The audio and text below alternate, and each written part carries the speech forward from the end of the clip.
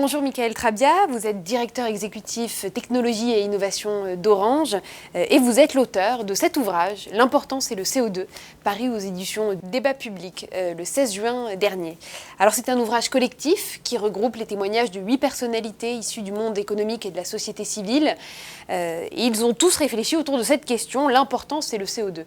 Alors Michael Trabia, pourquoi était-ce important pour vous et pourquoi avoir privilégié cette approche collective avec ce regroupement de témoignages complémentaires? Oui, c'est un ouvrage qui me tient à cœur parce que finalement l'urgence climatique, l'urgence environnementale, c'est quelque chose qu'on partage tous. Et la question qui pour moi est essentielle, c'est comment est-ce qu'on agit concrètement, comment est-ce qu'on est efficace, comment est-ce qu'on passe du politiquement correct au scientifiquement correct, comment est-ce qu'on passe à l'action.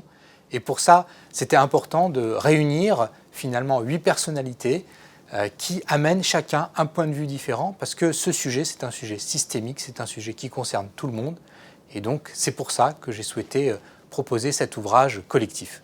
Alors peut-être avant d'avancer davantage dans notre échange, est-ce que vous pourriez nous expliquer un petit peu cette formule que vous avez choisie pour ce titre, l'importance et le CO2? Qu'est-ce que vous vouliez dire avec cette formule ? L'important, c'est le CO2, parce qu'en fait, ça veut dire que l'important, ce n'est pas de lutter contre l'homme, ça n'est pas de lutter contre notre niveau de vie, contre notre activité humaine. L'important, c'est de décarboner nos usages, et c'est bien ce à quoi on souhaite s'attaquer. Alors, on pourrait aussi dire qu'il y a d'autres enjeux, évidemment, je suis d'accord, sur les matières premières, sur l'eau, qui sont également importants. Alors dans votre livre, il est beaucoup question du numérique. Dans une approche très pragmatique, vous préconisez un numérique des solutions. Je sais que cet ouvrage a notamment été présenté à Vivatech. Comment est-ce que vous expliquez ce lien si fort et si important entre cette problématique du CO2 et les problématiques numériques dans leur ensemble? Oui, parce qu'on parle beaucoup du numérique comme potentiellement une source de problèmes, ce qui est le cas. Le numérique, c'est 3,5% des émissions de CO2 au niveau global. Alors c'est à la fois peu et beaucoup, c'est-à-dire que par rapport aux 96% d'autres émissions, évidemment, ça peut paraître peu, et en même temps, on doit tous être exemplaires. Et c'est pour moi important de bien analyser ce sujet-là, parce que finalement, si je prends l'exemple du vélo, aujourd'hui, on sait que produire un vélo, ça consomme du CO2. La production, le fait de le transporter, mais après, l'usage, ça n'en consomme pas. Et le numérique, je crois, a une certaine analogie. C'est-à-dire que produire un smartphone, aller déployer un réseau, ça, effectivement, émet du CO2. En revanche, l'usage en consomme très peu, et c'est important de bien expliquer ça et de bien expliquer pourquoi le numérique, un peu comme le vélo, finalement, peut nous permettre d'économiser du CO2 ailleurs. Quand on fait du vélo, on ne se déplace pas en voiture. Quand on utilise son smartphone pour faire une visioconférence, on économise un déplacement aussi. Alors il y a un autre sujet qui est très régulièrement mentionné dans cet ouvrage, c'est celui des générations et de la jeunesse. Alors aujourd'hui, on est à une période où on assiste aux cérémonies de diplomation des jeunes étudiants et on a pu observer un certain nombre de revendications de plus en plus nombreuses de cette jeunesse qui parfois refuse de rejoindre des grandes entreprises parce qu'elles sont jugées contraires aux ambitions climatiques qui sont très fortement défendues par cette génération nouvelle. Alors quel message aujourd'hui voudriez-vous adresser à cette jeunesse et comment la convaincre qu'effectivement les grands groupes ne sont pas contre ces ambitions qu'ils portent? Déjà qu'il y ait une prise de conscience dans la jeunesse comme partout finalement dans la population, c'est bien normal, c'est bien naturel que les jeunes soient très mobilisés sur ces questions, on peut le comprendre. Moi ce que j'ai envie de leur dire c'est on n'a pas le temps d'attendre une révolution, on a besoin de transformer l'économie de l'intérieur, on a besoin de transformer les entreprises de l'intérieur, on a besoin d'ingénieurs, on a besoin de marketeurs, on a besoin de financiers pour faire évoluer nos business models. On sait qu'on doit produire moins. Produire moins, ça veut dire changer les business models des entreprises. Si aujourd'hui je suis un fabricant d'automobiles, par exemple, mon business model, ça ne peut pas être de vendre plus de voitures. Ça doit être bien sûr de les décarboner autant qu'on peut avec le véhicule électrique, mais ça doit être aussi de penser à vendre un service de mobilité, en utilisant finalement moins de véhicules. Et donc, toutes ces transformations-là, elles se font au cœur des entreprises. Et donc, je leur dis, rejoignez-nous, aidez-nous à transformer nos business models pour aller vers cette économie durable. Et qu'est-ce qu'une entreprise comme Orange fait aujourd'hui au niveau global sur ces sujets-là? Comment est-ce qu'elle appréhende ces questions et comment est-ce qu'elle entre tout particulièrement en résonance avec les enjeux qui sont mentionnés dans votre ouvrage? Alors, premier élément, c'est d'être exemplaire.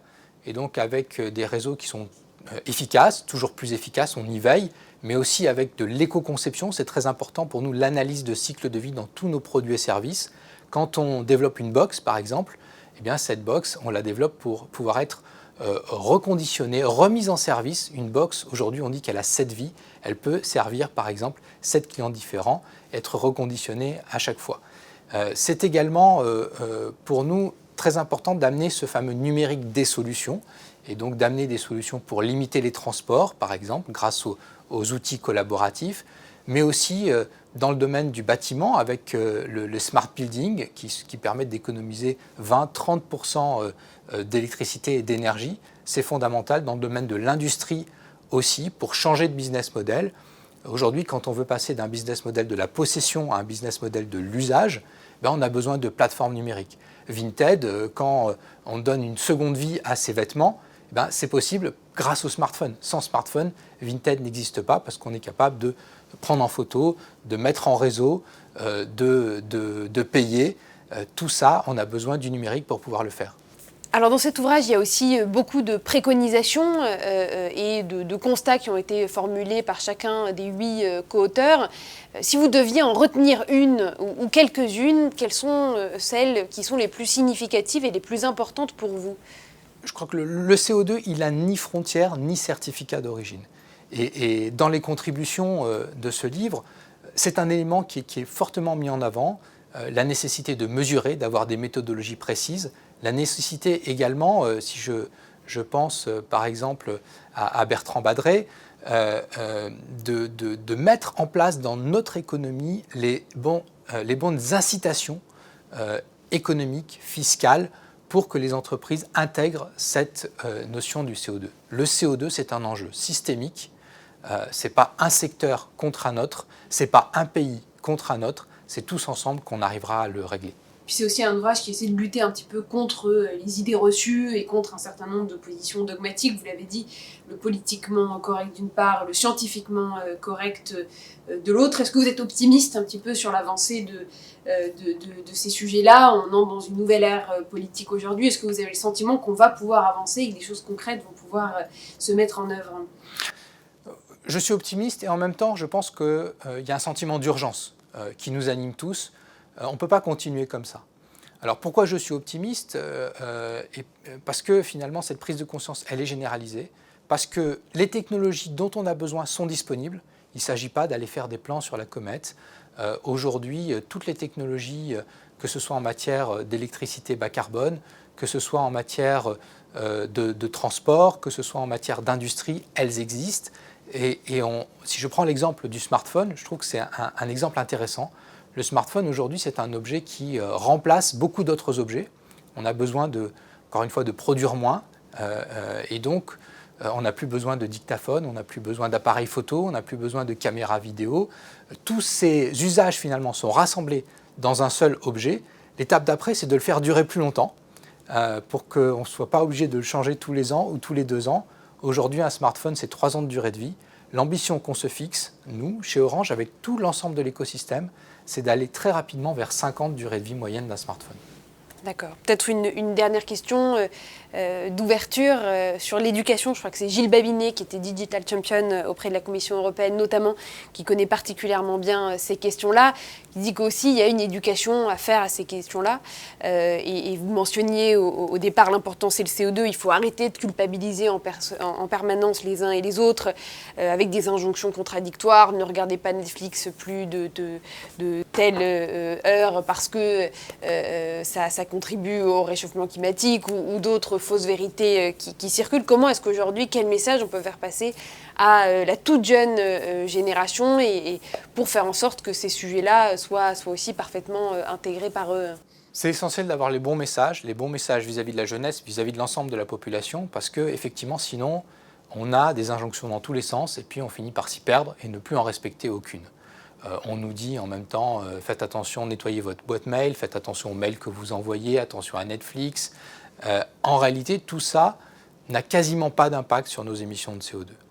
Donc ce qui est très important, et pour moi et pour les co-auteurs, c'est de passer des messages simples, efficaces à tous ceux qui nous écoutent, pour leur dire, si vous voulez avoir un geste pour l'environnement, eh bien, c'est garder votre smartphone plus longtemps, c'est éviter d'acheter un deuxième, un troisième écran de télévision ou d'acheter des gadgets qui ne vont pas vous servir.